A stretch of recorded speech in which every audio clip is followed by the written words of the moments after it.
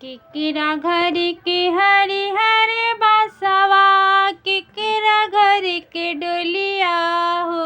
अरे केकरा घर के नाव बहिनिया, केकरा घर के हरि हरे बसवा, केकरा घर के डोलिया हो। अरे केकरा घर के नाव बहिनिया, डोमवा घर के हरि हरे बसवा, डोमवा घर के हरि हरे बसवा, गोरवा घर के डोलिया हो। अरे भैरो भैया के नाव बहिनिया, डोलिया चढ़ के आइली हो। अरे भैरो भैया के नाव बहिनिया, डोलिया चढ़ के आइली हो।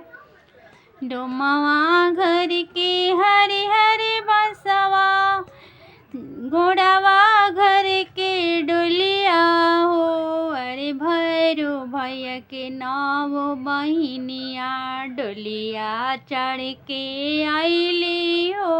अरे भैरो भैया के नाव बहिनिया, डोलिया चढ़ के आइली हो।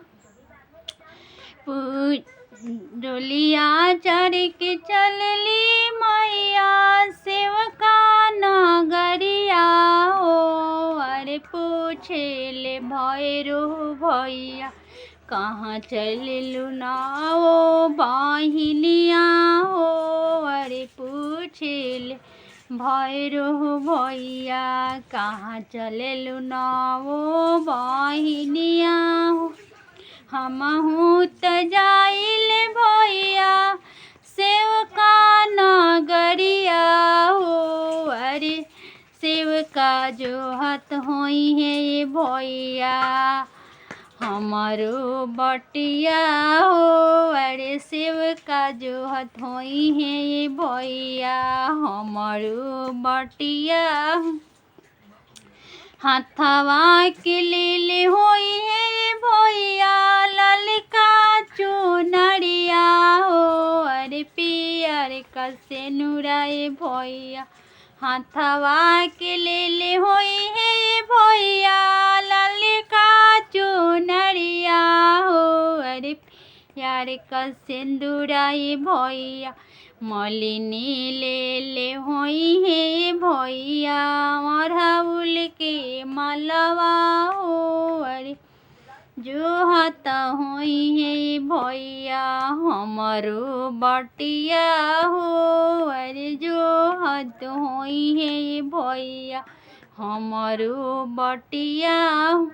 9 दिन रहबै भैया, 10 दिन आइबा हो। अरे सेवका के पुरैबै भैया, मनसा उनकर हो।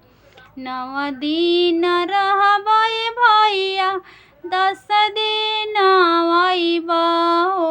अरे मनसा पुरैबै भैया, सेवका के हम हो। अरे मनसा पुरैबै भैया, सेवका के हम हो।